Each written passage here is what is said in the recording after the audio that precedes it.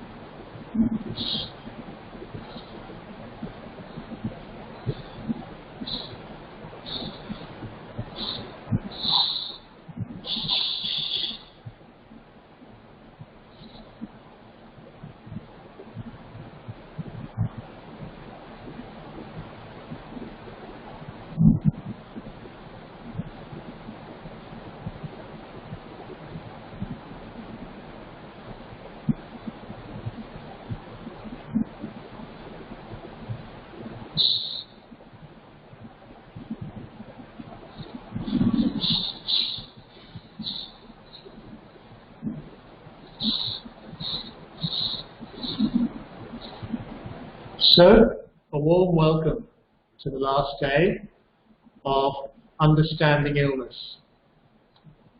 So, with this much anticipated last session, Monica is going to examine the maintenance of our health, the maintenance of our health and well-being.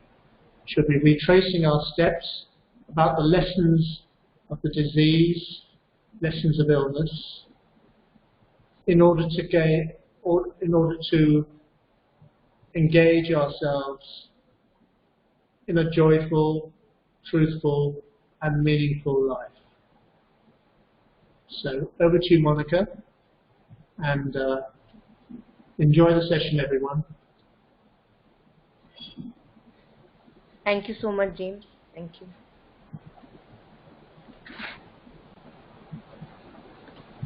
So, namaste to everyone, and today I thought I will be just almost reiterating all the points made in the previous 3 sessions, plus what about prevention of illnesses and what about sustenance or maintenance of health, right? Health, mental and emotional health also.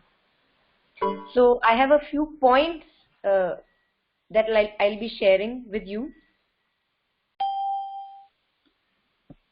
So I want to begin with the point of free will. So as I have shared in earlier sessions, that each moment of my life I have a choice. What am I feeding? Am I feeding the beggar in me? The one who is always demanding and asking and expecting and demanding and expecting. You know, first that beggar asks from the worldly situations and people. And then the beggar begins to ask from the spiritual path. So the asking is still going on. So it may seem that the game has changed, but the game has not changed. I am still feeding the beggar who sits on his treasure and always keeps on asking. So earlier I was asking for worldly things, you know, approval of people and, you know, validation of people. Now I am asking for the divine. Where is the divine? I want to see the divine. I want to be the divine, right? So this asking is not stopping. We think that the game has changed. So this is the free will that we have to use at every moment of our time. In this moment of interaction with a person, am I feeding the beggar in me who wants to be complete through this conversation? Because the beggar in me is the ego. That will always remain a beggar. Ego is like an illusory jug, you know, a jug which appears to be but is not. So you want to fill up the incompletion of the jug, but it never gets filled up because it's an illusory jug. So there is no point giving so much of attention to that beggar within. Now, in each moment, I have a free will. Who am I feeling in this moment? By my reactions, by my responses. The beggar in me, or something that is beneficial for me and the other person. Someone is not muted. Please mute yourself. It echoes in my ears. Thank you so much. Yeah. Now this brings me to one couplet by Kabir ji. चाह गई चिंता मिटी मनवा बेपरवाह जिनको कुछ नहीं चाहिए वो शाहन के Shah. So Kabir says that even people who are elitist in their own accord, they are also begging. So who is the real king? Who is the real Shahanshah? The one which has stopped begging now. चाह मिटी चिंता गई. चिंता क्यों होती है? When do we worry? That we can lose something. But when you realize that you can never lose or gain something, then the worry is not there. And the chaha is also not there. Why? The willingness to have the divine is also not there. Why? Because you realize that the divine is all that is. So how can you be ever away from the divine? So what is the point of again seeking the divine? Now I will further clarify on what we mean by when we are seeking the divine in later points, right? So what we have to do, and again I am just sharing from my own experiences, to know deeply that the divine is with me, in me all the time. Forget about reaching the divine. Make my outer consciousness in day-to-day life, which is full of ignorance, there I have to percolate as if, there I have to shed this light of right understanding. Now when I don't need anything or anyone to prove myself, how would I relate to people? When I know that nothing can complete me in this world, I am complete. Ishavasya Upanishad, I am complete. Then how would I relate with this world? How would I relate in this job life, work life, family life? Knowing that nothing can complete me or nothing can subtract anything out of me. The second point here is that even if we get one single sutra or one single mantra for myself out of the teachings of mother or your own masters, mystics, or from this workshop, anywhere, even one single mantra, that is enough. The spiritual path is not to gather more and more knowledge, to put the burden of knowledge on ourselves. The spiritual path, spiritual words, full of light and illumination, are pointers towards our own deep well of wisdom. Once they have done their job, I don't need to carry that burden on their head, on my head. Kabir says, at this I remind myself of Kabir saying, Pothi pad pad jag muआ, Pandit bhaya na koi, Dhai aakhar prem ke, Pade so pandit hoye. So he says, you have read so much, you have so much workshops you have attended. How long will you keep on doing that? And Kabir says, I don't call that person a real scholar who has read and done so much. I call that person a real scholar who has touched the deep well of wisdom and love within his own being, which is our true essence. That is a real scholar.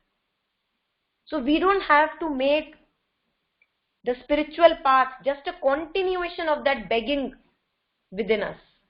Earlier I wanted to fulfill myself through worldly things. Now I want to fulfill myself through spiritual things. So the same game again goes on and on and on. I remain a beggar. I remain a beggar. I don't realize that I am already full. And when I am full, when nothing in world can complete me, how would I relate? How would I relate to world? How would I offer myself to world? So the purpose of spiritual words is to get me in touch with my deeper truth by showing what is false in my life. So I have to be courageous. It takes a lot of courage to look at the false in life. Why lot of courage? Because it has become our skin. It has attached very tightly to us. So if I'm looking at the faults in my life, my tendencies, my patterns, my reactions, my behavior, it hurts.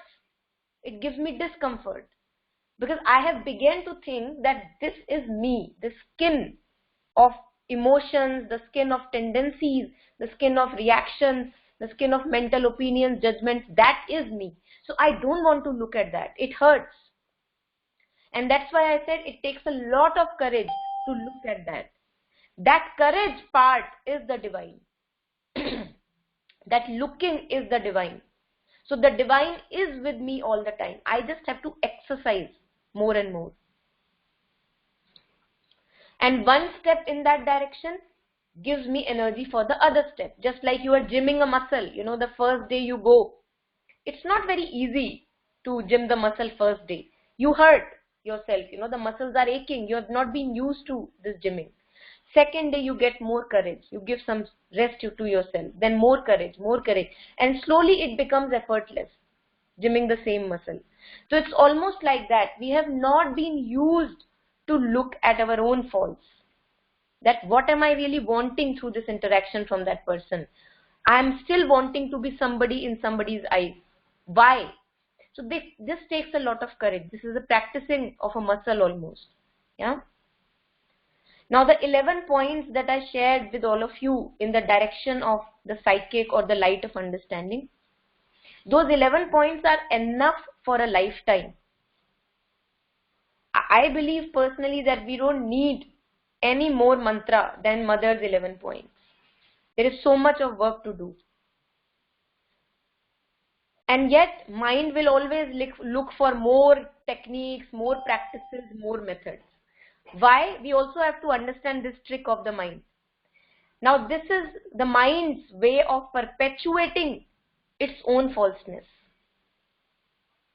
I don't want to change. I just want to remain all the same I am. So what I want to do, the trick I use is, I ask for a method. I ask for a method, give me a practice so that in future I can reach the divine. I don't want to understand that the divine is right now in me as that looking, the power of looking at my own falsehood. But I don't want to use that. Why? Because in that there is a threat. I may be proven as false. All my life may be proven as falsehood. So there is a big threat there. So the mind perpetuates the ego, mind perpetuates the illusion. And that is why it asks for more methods, more techniques, more opinions and judgments. Do not buy into the tricks of the mind. Because this cleverness, our cleverness of the mind, it weighs heavy on us. We have to know that the ego, the sense of a separate me, that is the ego, sense of a separate me and my story, that is not me. My story is not me. And as long as I live life for that story or the ego, I will not be living a life. I will be dead. My life will become a monotone. It will become very, very boring, and I would not want to live anymore. So a life lived for the beggar within, a life lived for the ego or the beggar within, is not a life lived for your true self. You are just being a slave to somebody who has captured your house. Ego has captured your ship, and you are now being a slave to the ego. You think that the ego is you. But really, if the ego was me, then I have fulfilled the demands of ego so many times. At least some sense of fulfillment should have been there. But it's not there. It forever remains a beggar. So for how long in my life I would still remain a slave to that ego within? So we have to stop calling the ego as myself. The ego is not our own self. So whenever in a situation, in a life situation, you see that there are mental rigidities and opinions who want you to follow the dictate, refuse blindly. Refuse. Tell it inwardly that I have listened to you enough, and no matter how discomforting it may be, but now I am not going to listen to you. And in not listening to falsehood, whatever you do is truth. So truth is not to be found. Truth is forever there. What I do is, I do not say yes to falsehood. I do not say yes to my tendencies and reactive patterns. And in not saying yes to my reactive patterns, emotional thought patterns, and all that, I say yes to truth. So truth comes in negation to me. Yeah. In the moment, next point is, in the moment I make a barter of my peace. So imagine that a situation has happened, and I somehow unconsciously that situation happened, and I gain my consciousness a bit later, and in retrospect I see that, oh my God, I gave my peace away again. You will notice one thing, that thing for which you gave your peace away definitely was holding more importance in your life than peace. To prove yourself right, to prove a point, to prove right yourself in an argument, all that was more important in that particular moment, and that is why I gave away my peace. Because there are also many moments in which I do not barter my peace. In there I know that, okay, this is not that important that I give away my peace for that. Yeah. So this should be very clear to me, that whenever I have taken in a lot of restlessness from outside, definitely I am making something far more important than me and my peace. Let nothing come between you and your peace. Any action that you take must come out from that peace in greater and greater degrees, as much as possible in my life. So this conviction has to come from within, through my own experiences, that I have lived a life enough, and I know even by a statistical analysis that nothing is worth bartering my peace. Nothing, no issue in my life can become so big that I barter my peace. Yeah, so this has to become clear. And then in that moment where I barter my peace, the punishment that I get, almost like a punishment, is that I'm restless, I'm frustrated, I'm annoyed. So all these are just signals that I bartered my peace. The frustration, the annoyance, the irritability, all that are a signal that, hey, you gave away your peace so easily. It was not needed. Yeah, so just take that annoyance or irritability as a signal, nothing more than that. And there will be many occasions where I will be needing to pick up the sword. I need to take a stand for truth. Truth does not mean that I have to be passive. Surrender is not a passive state of being. Calm and quiet is not a passive state of being. When I am quiet from within, when I am calm within, only then I can handle a lot of fight. Right? Otherwise, I am so swayed by each moment of life that I can't handle any fight. I cannot even take a stand for truth. But now when I am quieter within, then when a right stand is required, I will not forget to pick up the sword and fight for the right cause. But I would also not care to pick up the sword and fight for a wrong cause, which is not needed. Picking up a sword is not needed here. So this discernment will come naturally, yeah, through my own practical experiences. And one does not have to be very wary about it, because even when I pick up a sword at a wrong place, so what? Make your mistake, fall on your nose, and see that it was not necessary. Picking up a sword was not necessary in that place. So don't be afraid of making failures and making more mistakes or making a fool of yourself. Make as much a fool of yourself as possible, because only then we know what is true and what is false. Only by my own understanding of life experiences. Yeah?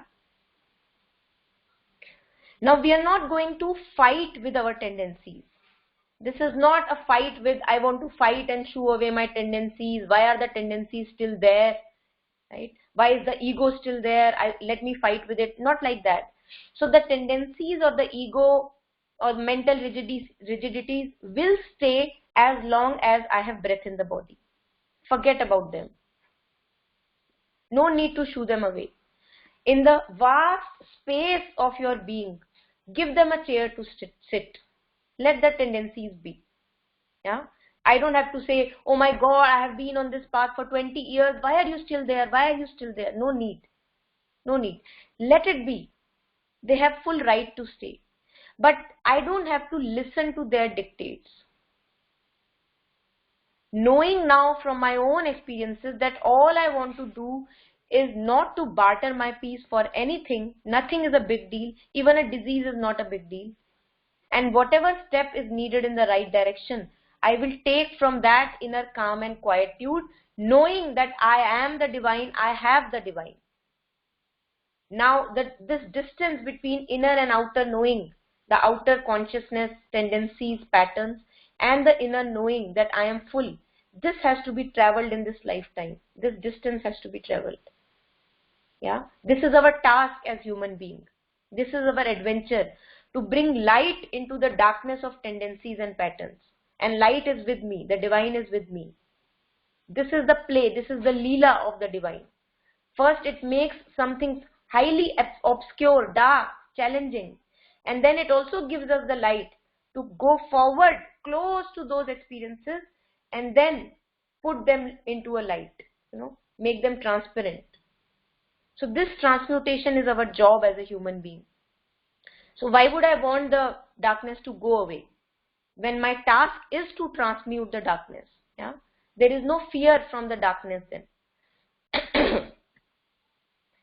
Now another thing that I want to say here is that the mind would want to make big deal of everything.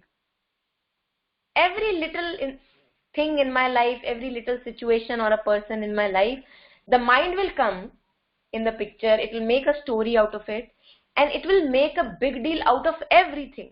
Everything, the disease, the person, the relationship, the life situation, every seeming little situation. So I have to just tell myself, people die, people fall ill, and I am no less than ordinary. I am ordinary.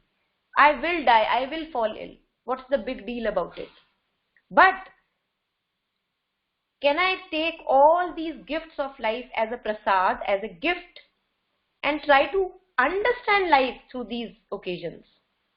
Not wanting not to get ill, not wanting not to die, but to use each and every raw material of life to understand life deeply.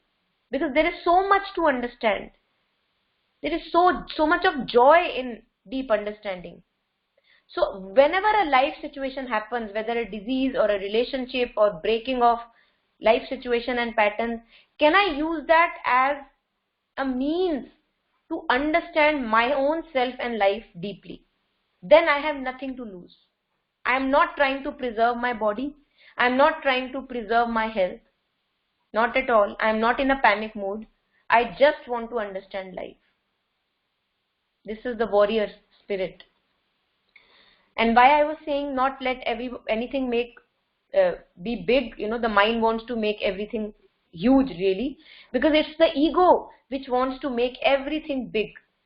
Because it wants to either tell me either I am the victim or I am something really important.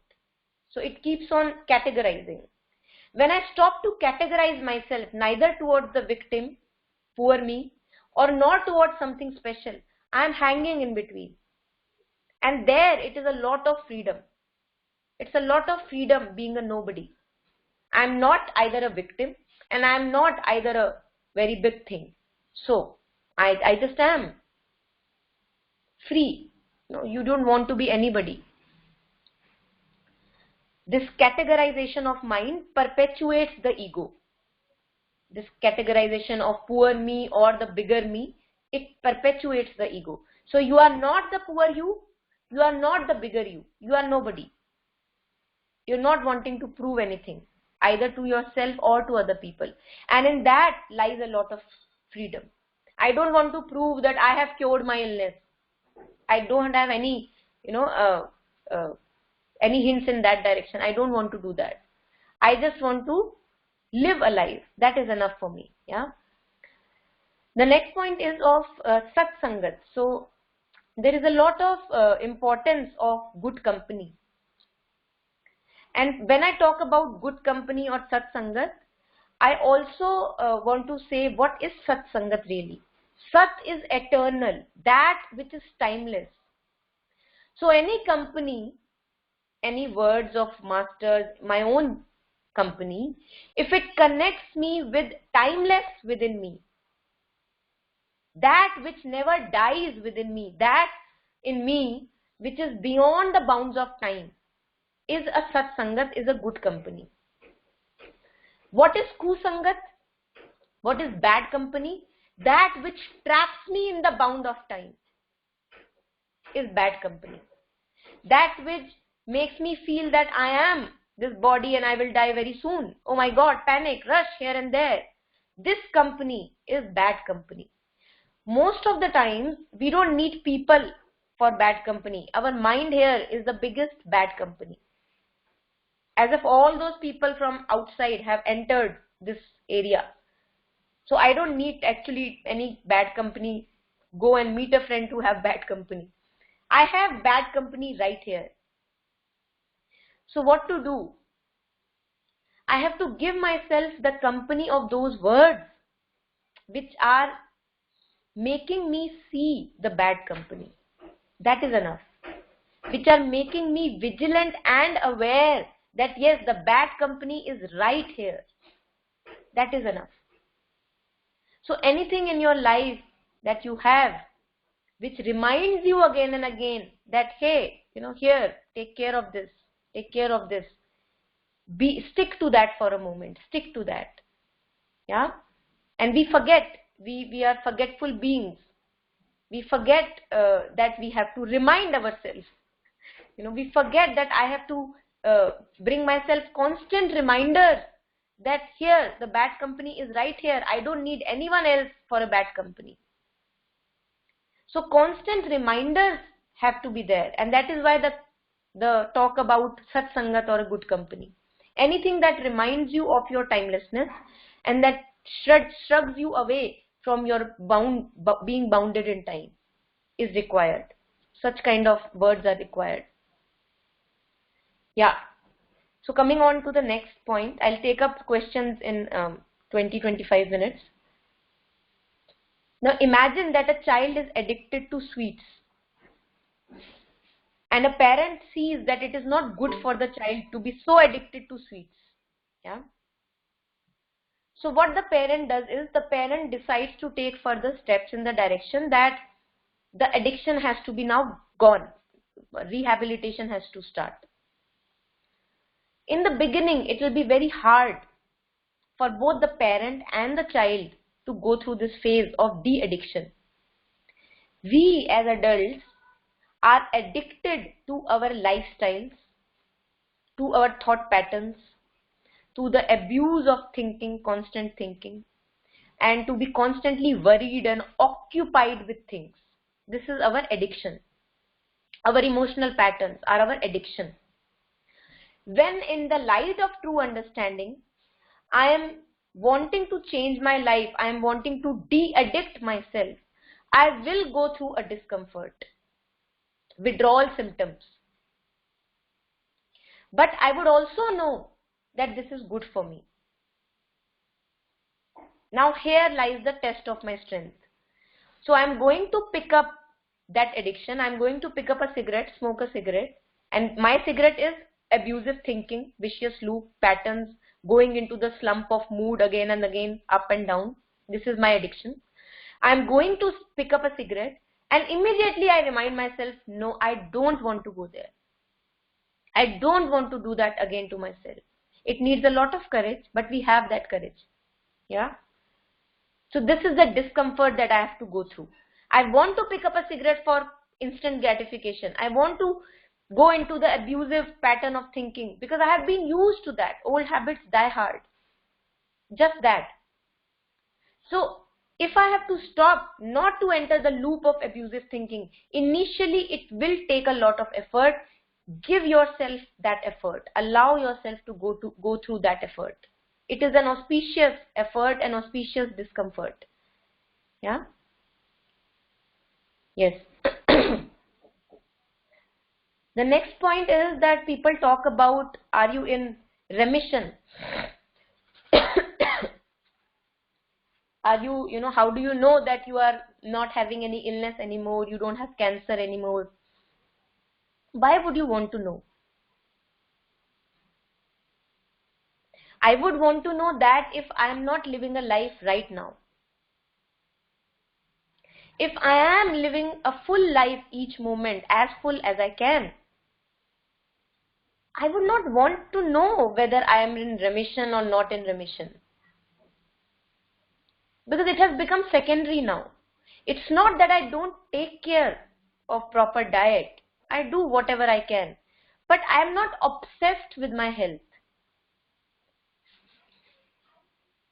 So one has to give oneself, offer oneself to the world in such a way, in any which way. Every person would be having one's own unique way of offering oneself. So that this constant preoccupation about health becomes unnecessary. Why would I want to save myself? As if I am a very big deal. If I am on the path of truth, if I have given myself to truth, a life of truth, then each day is so rich that I don't want to really obsess about whether I'll be staying more for 10 years or 20 years or not. So this constant preoccupation with health would cease then. Not that I'm not living a healthy life, but I'm not obsessed with it. Yeah. So the biggest immunity, the biggest safety then is to live a life of truth, looking at your own falsehood. Stop living for the ego, the dictates of the ego. And when we are stopping to live for the dictates of ego, I am living for progress. I am wanting to progress. I am expanding, widening my horizons. This is enough. Health will take care of itself. The body anyway is taking care of itself. We have no clue what's going on in the body. So I don't have to interfere with the dictates of, the intelligence of the body. If the signal is there, something needs to be attended, attend it. But usually the body takes care of itself.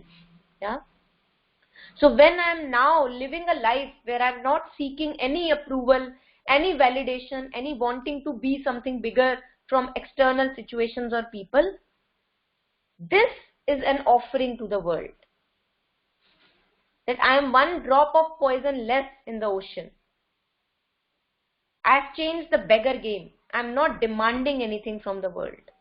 This is a life of truth. Stopping to live for the beggar within me is to live for the divine in me. So divine again comes in negation. I am negating the beggar.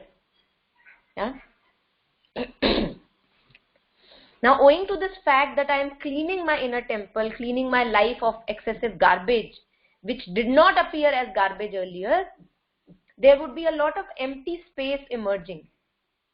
There would be a lot of empty time with me. Yeah. Owing to this constant clearing of garbage. Yeah. Now, one has to enjoy this emptiness or silence. Because the mind is so used to be occupied, we are not used to the emptiness or silence. So enjoy the silence and the emptiness for some time, for as long as you want. And then fill this up with things where you know that, okay, this is where I want to offer myself to the world. Fill this up with that. So first, there is lots of empty space being created owing to the fact that the constant chatter of the mind is ceasing, getting less and less.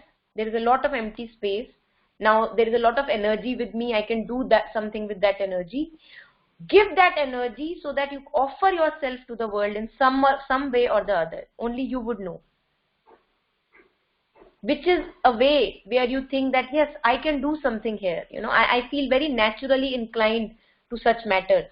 Give yourself to that. Yeah? And also in this silence of the being now, the inner guidance will have more chance to be heard. Earlier, the clamor of the ego was so much that the inner guidance did not have any space to be. It was like, being in a corner, having no space. The clamor was so much. And now, owing to my recognizing that I don't need the clamor has not been serving me well, let me have this empty space of the being. Now the inner guidance will be there. Now, not to say that the doubts and confusions will not be there. The doubts and confusion will be there with the inner guidance. But irrespective of the doubts and confusions, you will know what step to take. You will be ready to fail. You will be ready to make a mistake. Because the path is so beautiful. Just like I was sharing in the beginning, the first day I was sharing that I felt a ripple of nervousness.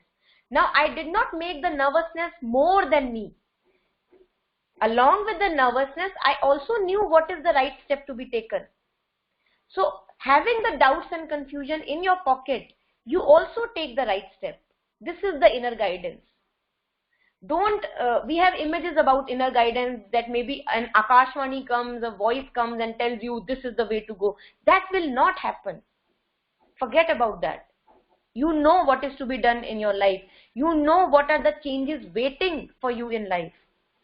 Make those changes fall badly on your nose, even while making those changes. Give yourself the courage to make mistakes. Yeah, so this is how inner guidance works.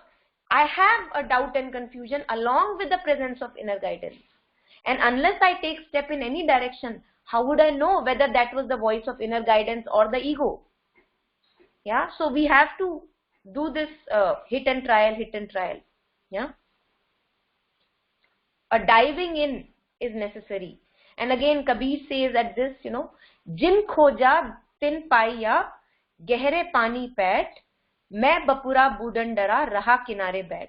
So he says the one who wanted to find dived in and found it for himself. The one who could not dare to kept himself on the shore and could not find it. So this diving in is required. Plunging in, making mistakes, making failures is required. In that you may have the possibility of making a fool of yourself. But how are you sure that right now, living a life like this, you are not making a fool of yourself? How are we sure? So make a fool of yourself, dive in if you really want to search truth in your life. Live truth in your life. Yeah. And Mother says that the territory is highly uncharted. It's an unfolding of life is uncharted territory. I don't know what is to come. I don't know what I have to face in future. And that is why let the doubt and confusions remain. If I go into a forest with a little bit of map in my hand, I will be charting an uncharted territory. I will have my doubts, confusions and fears. Let them stay. Don't wait for the fear to go away first and then I will take the step. With the fear, with the doubt, with the confusion, take the step in the right direction. Seeming right. Lag raha hai ki ye theek hai. Seeming right. And there we connect with the Kabir spirit, warrior spirit of Kabir, the Aryan spirit of Sri Aurobindo. Kabir ji says here that Sura so hi sarahiye, lada panch ke sang, Ram naam ratta rahe, chada sabhaya rang. So he says that who is my real warrior? The real warrior is that one, even after listening to the senses, he knows what is the right path. So there is a lot of insult coming to me from outside, rejection coming to me. So this is all from the senses. The mind is interpreting. I am not going by the limited understanding of the mind. Although the senses are telling me, run away, run for your life. I am not going to do that. I will stand in my marketplace in the Kurukshetra and do what is right. No matter how wounded I may get. That is the warrior spirit. Yeah? So the senses are telling me something, but I am not buying the senses. I am following what is right, what appears to be right.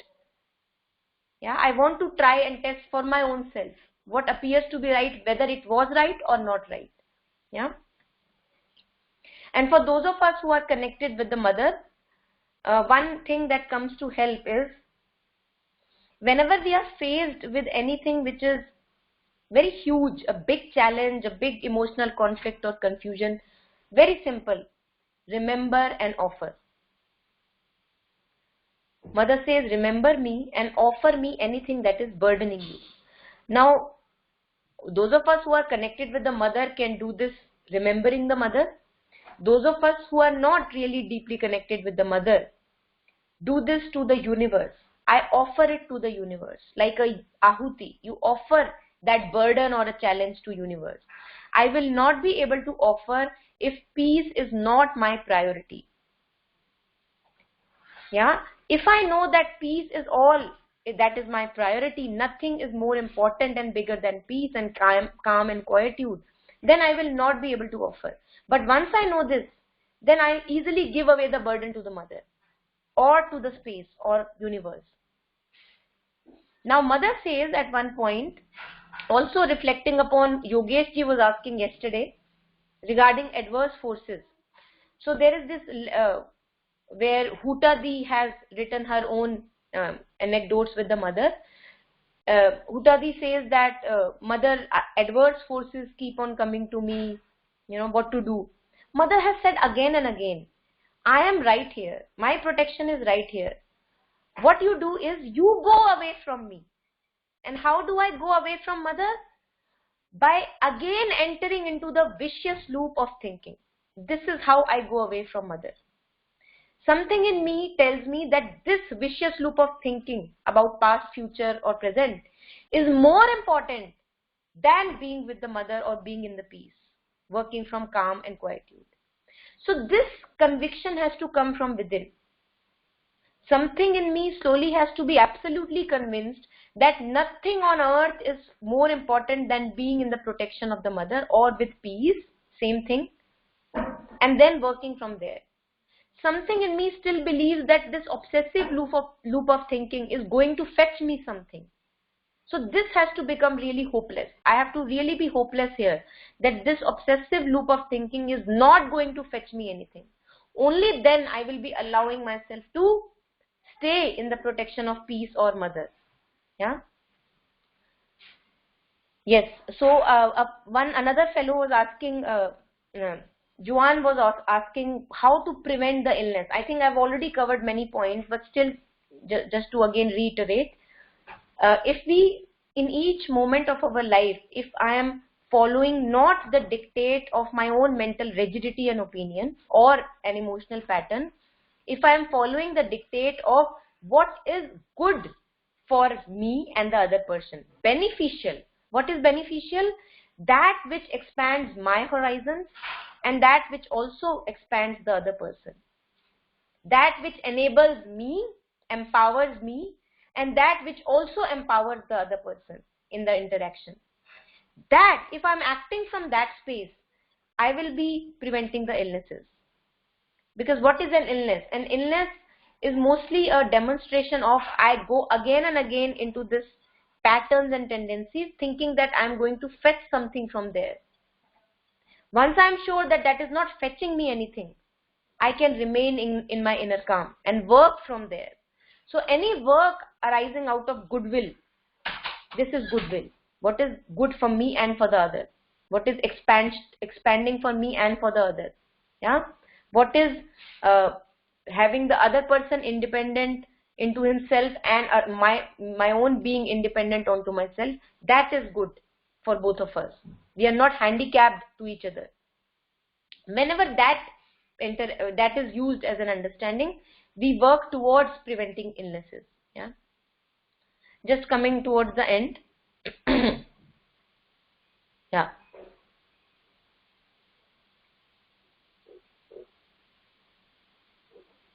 Yeah, I'll take up your question, Aurora ji, in a moment. Now, as I already shared, when we live a life for the truth, negating all the falsehood that comes my way, truth takes care of this servant. Now I am a servant of truth. Right? I am not following the dictates of ego. I am consciously doing not to do that. In that, truth will take care whether to keep this servant alive or not. How am I bothered about my own health?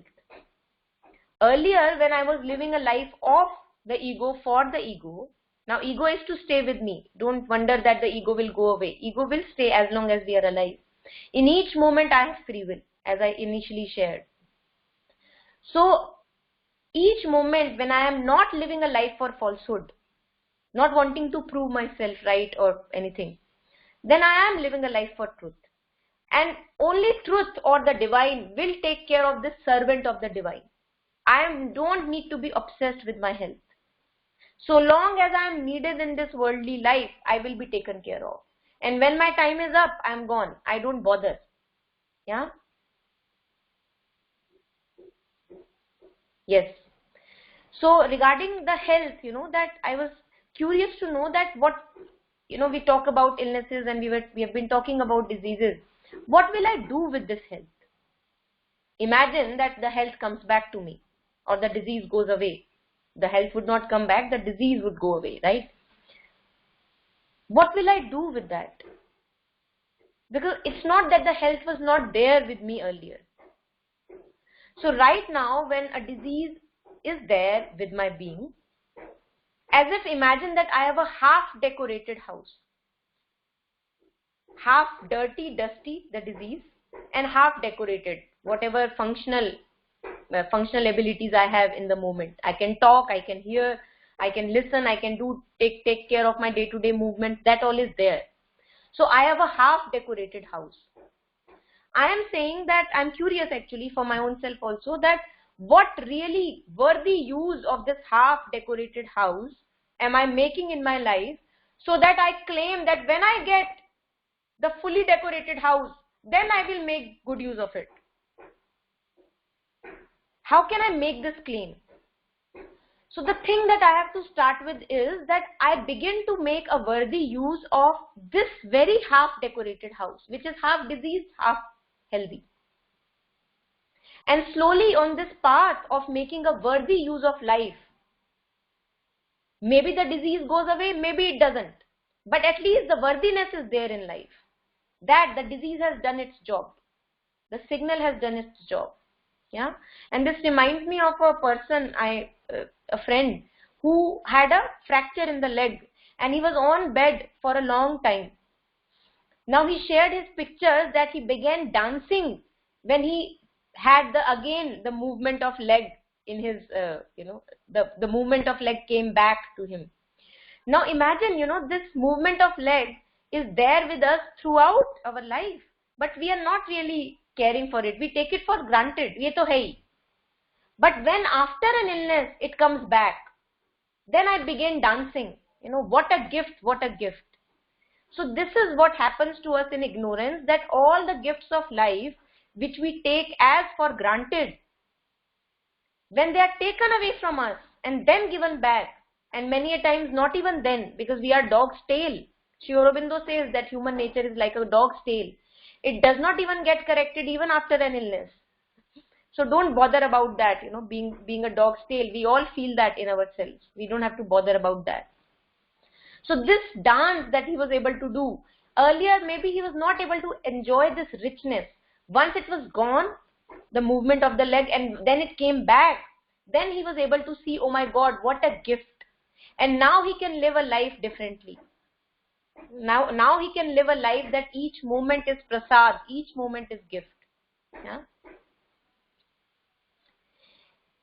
Yeah, I think that's it. Just last point is that whenever we are involved in the clamor of the mind, the confusion, conflicts, the continuing misery of the mind,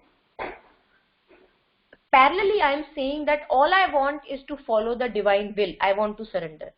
But it's very amusing to see. I am constantly in my vicious loop of mind. And here I am saying that all I want is to surrender and the divine. How is that possible? There is some dishonesty there. The dishonesty is that there is still a part of me which believes that mother's guidance or divine guidance is more important than this conscious loop of thinking, unconscious loop of thinking.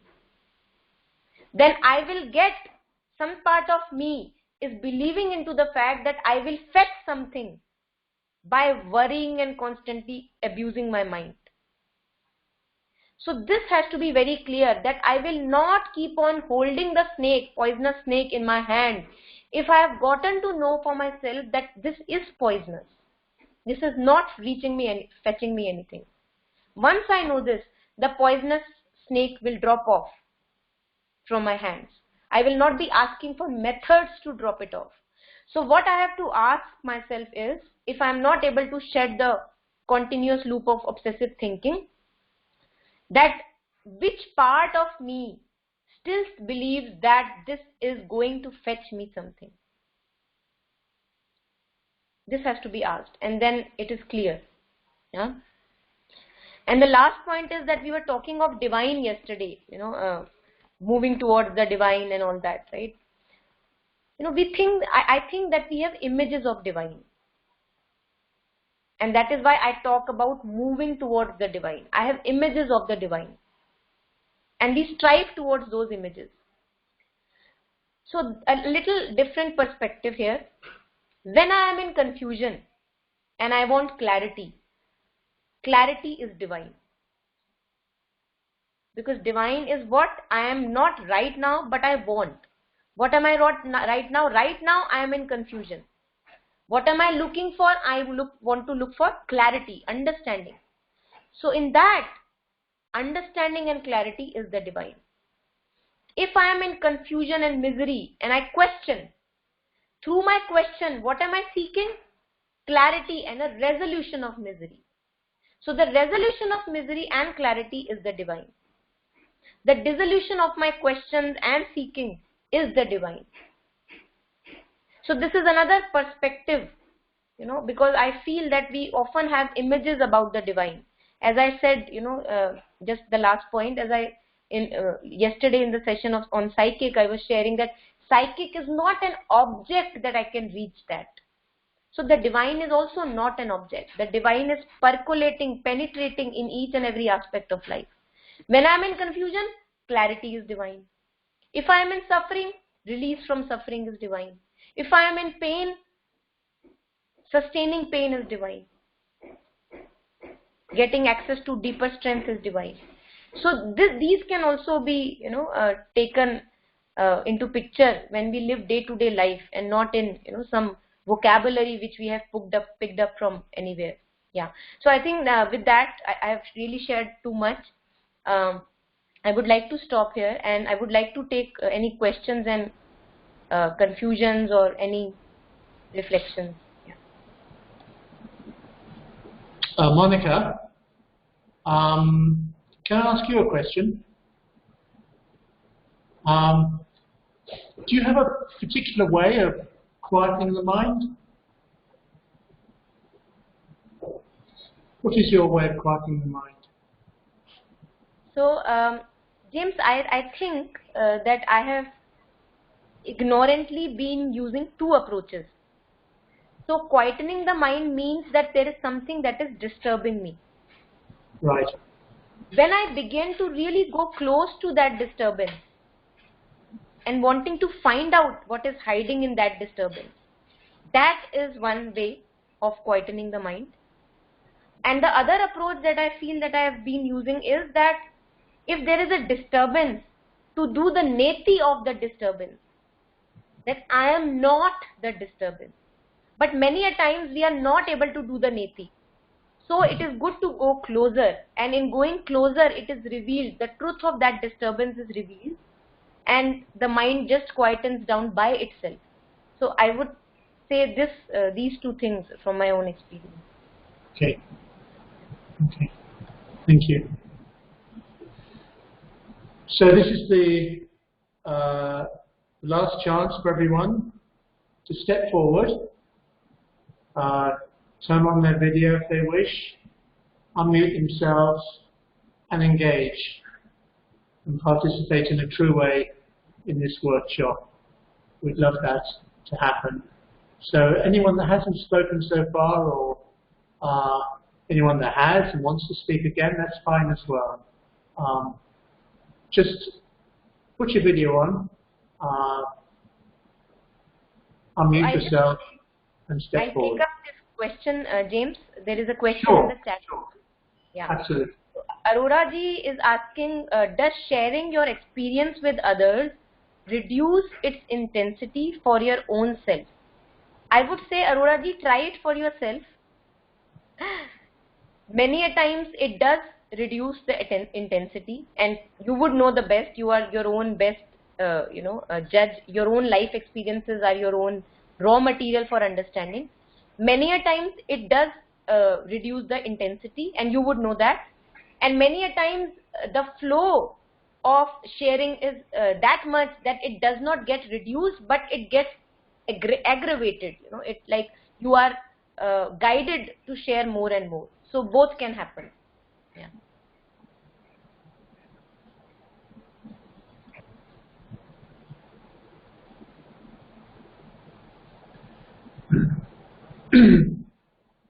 While there's a pause, just to let you know, we've uploaded a new article on our website. It's Monica's first article on cancer. It's heading the homepage on our, so if you just go to www.namahjournal.com, have a look at the read through the article.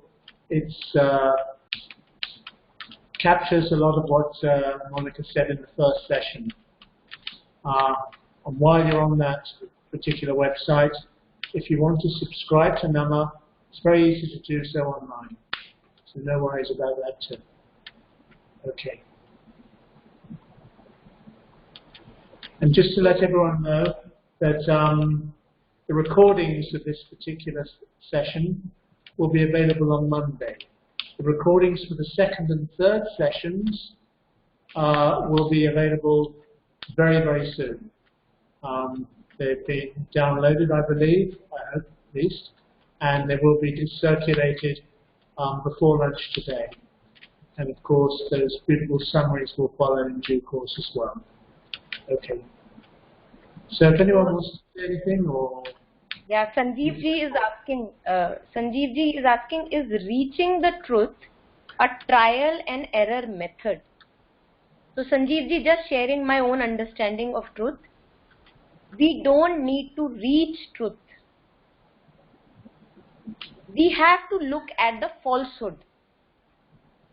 Because when we say that the divine is everywhere, there is nothing that is not divine. So whenever there is an obscurity or a challenge or darkness which does not appear as divine, what do? We look at it. This looking itself is an act of truth.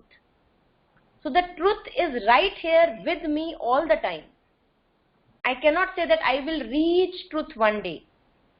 This power of looking, the power of observation, witnessing and knowing for myself what is true and what is not, is the power of truth.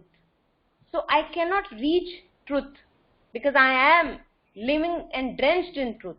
All that I have to do is I have to recognize what is seeming falsehood, because falsehood is always seeming. It is an illusion. So when I go closer to falsehood, there also some truth is there. It is for me to go closer, to have the courage to go closer to all that appears as obscure and challenging and find the deeper truth lying there. Yeah, that is what I would say here. I don't know if it addresses what you were asking.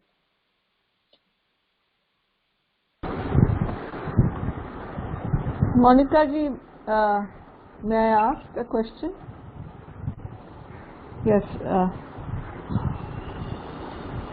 So first and foremost, once again, thank you very much for your sharing today.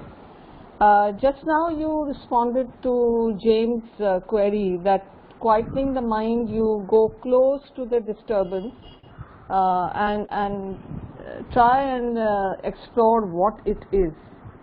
So just my own sharing, that when you go close to a disturbance and try to find out what it really is, I think for a period of time or even an extended period of time, it continues to bring a lot of flurry of emotion and more disturbance.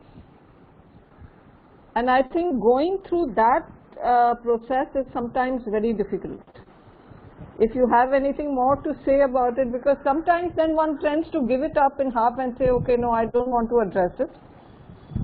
And then one gets preoccupied with other things, gets into other things, which in the daily routine, yes, there are things to do.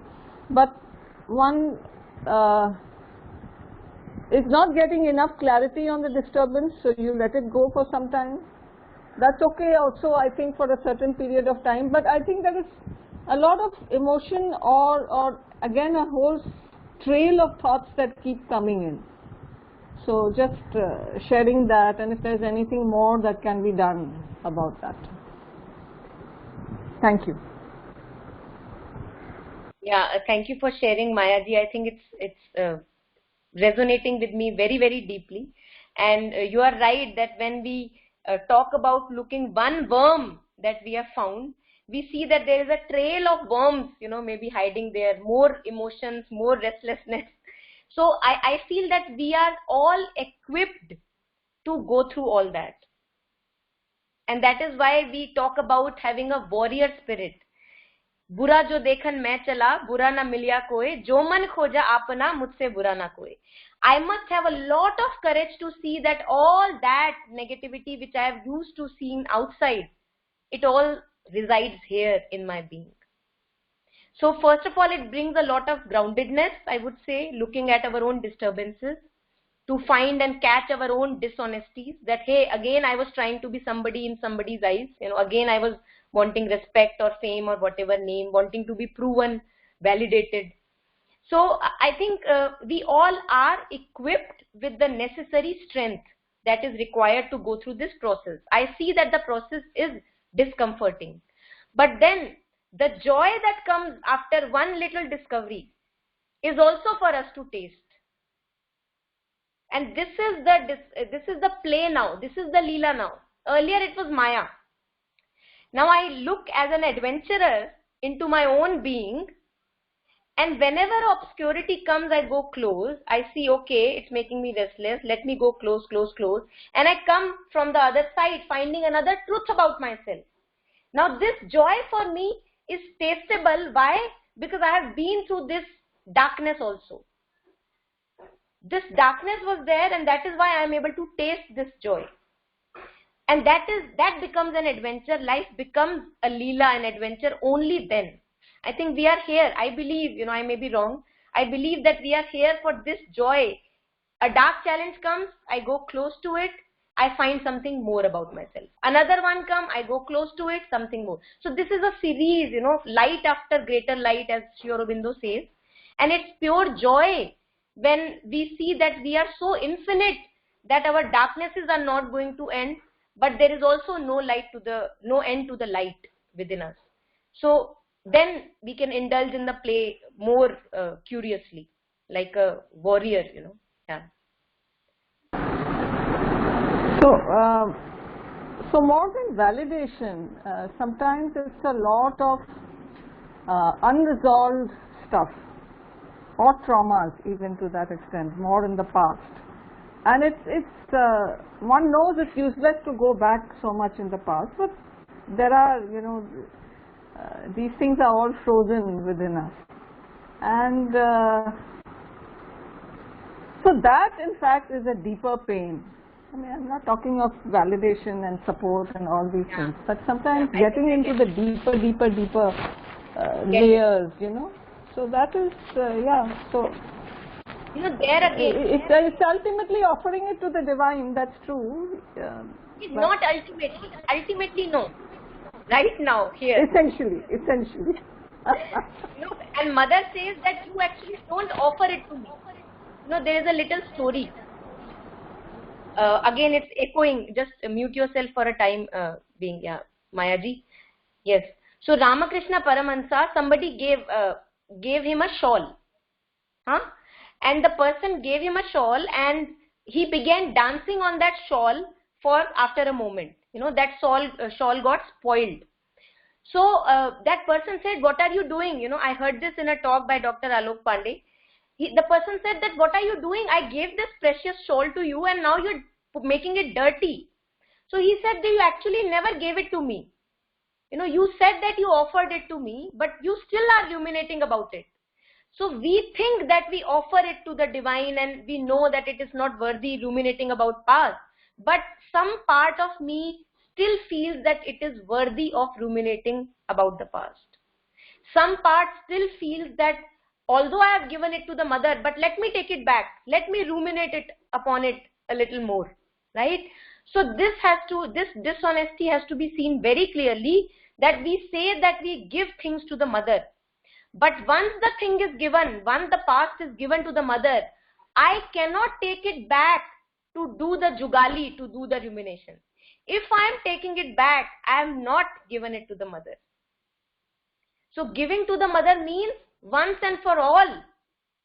Again and again, I avoid going into that space because I know I am not going to fetch anything from there.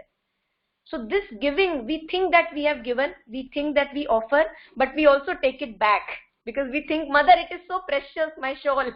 You know, I can't give it to you right away. Let me just chew upon my shawl a little. So I feel that that's what we do. Yeah.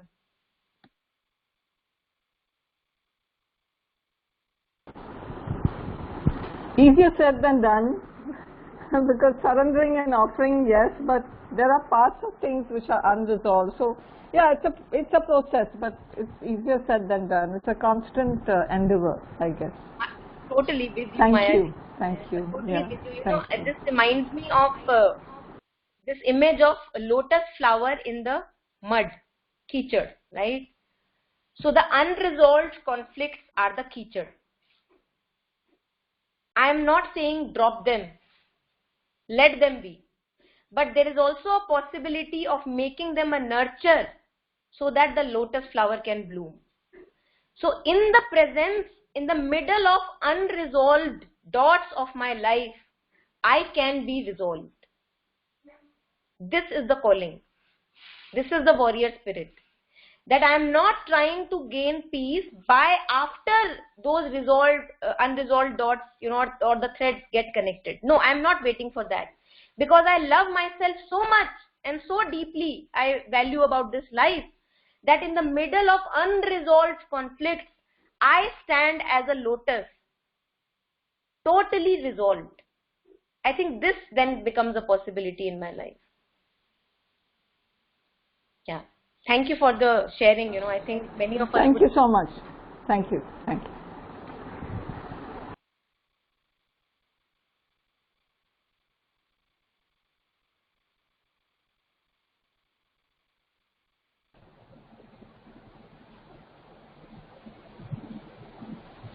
Yes, does anyone else want to step forward and make a few comments about the last 4 sessions, or a question that has just arisen in your mind?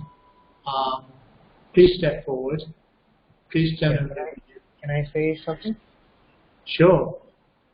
Yeah, very beautiful last 4 days. Lot of deeper introspection on other facets as well. And I think what you just said is very true, that when you offer, you have to give yourself completely without any reservation. I'm reminded of Sri Aurobindo's lines in the book To Mother. So in that sense, yes, everything. It's just that sometimes we do hold on to a lot of things, and penetrating or going to the other side in itself becomes it takes a lifetime process. I mean, you're battling with something, but at the same time battling with patience. I don't know how to put it, but that's the only way to win over certain tendencies or certain imperfections that one has. So I think very beautifully put this in 4 days about at what vantage point an individual should stay, and then look at the things from that perspective. Yes, so that's what I would like to conclude here. Yeah, thanks. Thank you, Deval. It reminds me of a quote in Bible, and patience was willing to wait. Yeah, just that. Yeah. Thank you, and thank you so much, Monica. It's been a great pleasure. Thank you, James. Yeah. Welcome, Maya.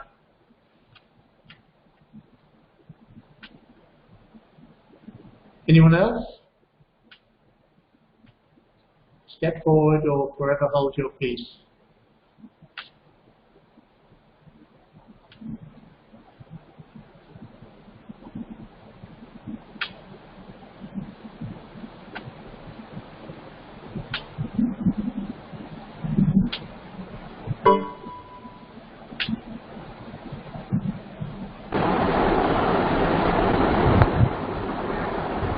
I just have a request, Monica ji, the couplets of Kabir ji which you were saying, if you could kindly put it in the summary or in the WhatsApp group, would be very grateful to you. Thank you. That would be Thank you. And for those of us who are interested, I will just share the website link on the WhatsApp group also, because we do weekly meetings on Kabir ji's couplets, and those of us who want to join us either for those couplets or for other things that we do, we'll be more than happy to have you there. For those of us who want to make it a life time of discovery through couplets and all that. So I will be sharing the website link, and you can go through and see if anything resonates. So thank you, Monica, for bringing this up. I was just about to ask that how can we continue to be associated with NAMAH, with James, and with you as well. And I'm looking forward to another workshop that the upcoming workshop of yoga with Dr. Pandey, I guess. I'm going to enroll for that also. And thank you so much for the last 4 days. I don't want them to get over, but yes, a lot of work is to be done, and I'm going to keep repeating these notes to people around me, so that I am also reminded of that particular work that needs to be done. Thank you so much. Thank you, Monica. Thank you, James, for this wonderful workshop. I'm really I'm very happy, and I'm really obliged. Thank you so much. Nice to meet you as well. Okay. Monica, I'm Sejal here. So I just want to confirm my understanding of remember and offer. When we say remember and offer, like what Mayaji was pointing out, he said, we try to take it back. We actually do not offer fully. And that is when we kind of intervene. We have that tendency. Right? So what I understand is, suppose I have a condition, and in a moment of distress or despair, whatever, in that weak moment, and we all probably, I generally the remember and offer, I don't remember and offer most of the times. It's only, in certain moments, okay, I remember, oh yeah, I had that too, So anyways, that is not completely learned so far. That's not completely practiced so far in my case. But what I want to understand is, like, if I have remembered and offered something, there is a possibility that my inner voice can again direct me to do some action on it. It's not like I've closed the file, I'm done with it, nothing doing anymore.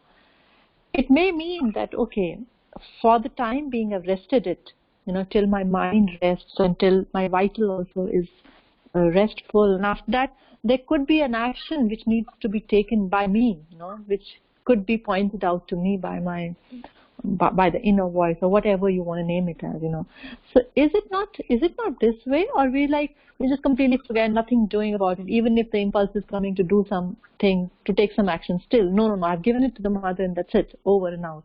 Is it? No. Is it so? Completely with you, Sejal. So when I was talking about giving it to the mother, the context was Mayaji was sharing that, the unresolved dots of the past, they come to me, right? So there is no end to obsession about ruminating about thoughts of past. I was talking about that obsession, but in your case, the context that you are sharing, obviously, and I have said it many times, that when the sword picking or the right action is necessary, you do the right action. Even after you have given it to the mother, you have given the whole confusion to the mother, and then you get a guidance that, okay, this is a step I need to take. This is a step needs to be taken. And it gets taken, because we are here for actions only. Human beings are here to make actions. Right. So I am completely with you what you were sharing. Even in the case of unresolved, see, certain times, memories, those resurface, are the ones that are not resolved, right? So they're seeking resolution in a way that you might need to do something even about them, even letting go, or maybe, you know, doing some inner work to let go of those. So even in that case, even in the case of unresolved stuff, one might need to take actions somehow. Totally. One might need to, and if the action needs to be taken, you will be guided. You will be compelled to take the action. And if usually, I would say many a times what happens is that it's our desire soul craving for some satisfaction in the past. Mother talks about the desire soul and true soul. So usually it's our ashas and trishnas which are not validated in the past, and you know, some really big knot is there which is wanting some kind of a satisfaction from there. In that case, that unresolved dot will remain forever. Unless I am convinced that I don't want to go there, let it remain. The desire soul may remain, but I am going to follow the guidance of truth. But the action, if it is clear to you that there is some action needed to be taken, then obviously we must take that action. Totally with you. Even coming from the past, the action must be taken. Right. That could just be to let go of and not wanting to take any action. That could be the action too. Yeah. Totally. All right. Thanks, Monica. Yeah.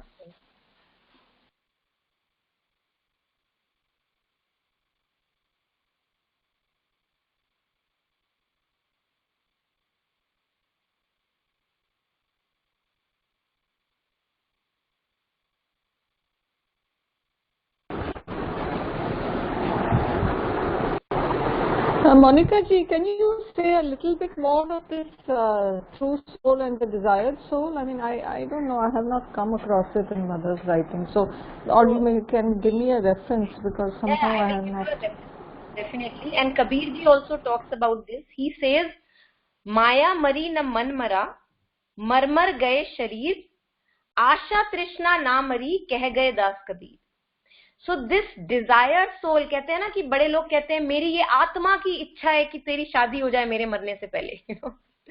So that is the desire soul. It is the beggar within us. It forever keeps on desiring and demanding and expecting, right? But there is, when we are living from that beggar within us, we are actually negating living from the true soul, from the right source of understanding, from the light of understanding. So Kabir says कि ना माया मरती है, illusion never dies away. Just like I was sharing the other day that one cannot say ever in the world that now mirages will no longer exist. Why? Because the first place, the mirages don't even exist. They just appear to be. They appear to be, and that is why there cannot be an end to mirages. So illusion can never end. We can just go close to an illusion, to a mirage, seeming mirage, to see that it is not water that I was seeing. So Maya bhi nahi marti, illusion never dies. And that is why conflicts, confusion, doubts, they don't completely go away. They remain in some or other degree. Na man mara, man is the source, mind is the source of all misery, suffering. Na wo marta hai. Asha trishna na mari, keh gaye das kabir. So he says that what is really to die in this life is the living from the desire soul. Buying into the dictates of beggar in me. I have to actually die to that. Only then I will begin to truly live. This is the real way of living, what masters and mystics have said. Once you die to your own self, what you consider yourself, me and my expectation, me and my story, me and my demand, this is all what we consider to be ourselves. Once you die to that, then a true life begins. Yeah? So we have to die each moment to our past so that a new moment can be lived. And I will share the reference of desire soul and true soul if you are interested. Thank you very much. Thank you.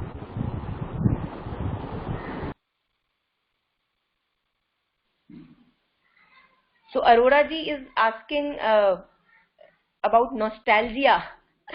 Now I don't know. I think nostalgia is enjoyable also. One can enjoy such harmless things. Yeah. Uh, if you can afford to be indifferent, be indifferent. If you want to enjoy it for some time, enjoy it, I would say. Yeah. I don't know, maybe others have to have something to share here. James, you are muted. I think you were sharing something. Oh, no. I was just pointing out this question, actually. Yeah, we have to go through nostalgia, I suppose. Yeah. So, we're almost at the end. So, does anyone else want to say anything before we conclude the meeting?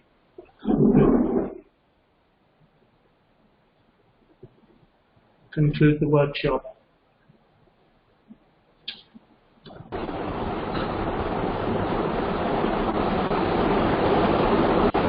So as long as it doesn't get addicted to the nostalgia and remain in it, I think it's safe. I said as long as one doesn't get addicted to the nostalgia.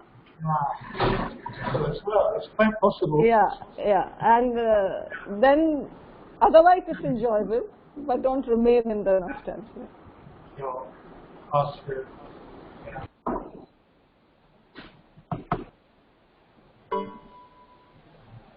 So it's been really a superb 4 days, 4 sessions. We've covered so much more. Monica's covered so much more than just illness.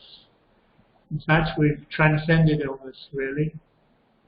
We've gone on a journey of discovery, really,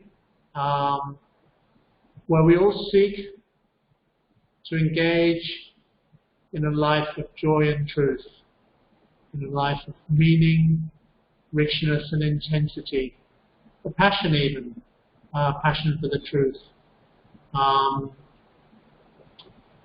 So illness is more than put to one side when we do this. It is totally transcended. It is totally obliviated. It ceases to exist in this true sense of well-being that is established in ourselves. I don't know if you want to say anything, Monica, to conclude the meeting. It's been your 4 sessions. I just want to first of all thank you, James, for the faith and the opportunity that you gave me here, and it was really a delight. And looking at all of you, it fills me with delight that no matter what our age is, we are still willing to go on and explore and dig deeper. I think that's really grace and nothing else with each one of us at each moment of time. So it has just been a blessing for me, to engage with all of you. Yeah. Thank you so much. Okay. Well, thank you very much for attending this workshop. The next workshop we're holding is on the 15th, actually. It's with me and Dr. Alok Pandey for 3 days. Integrate yourself. We had another one destined for the 6th of April, The Flame Within, with Errol Dev, but unfortunately it's coinciding with the state elections. So that will be delayed a little bit, but anyone that's registered for that, their registration will be on it. Thank you so much, everyone, for attending this workshop. It's been wonderful to work with you, Monica. And please come back for more. And we hope to see Monica again on our screen soon. Okay. So all the best, everyone, and thank you very much.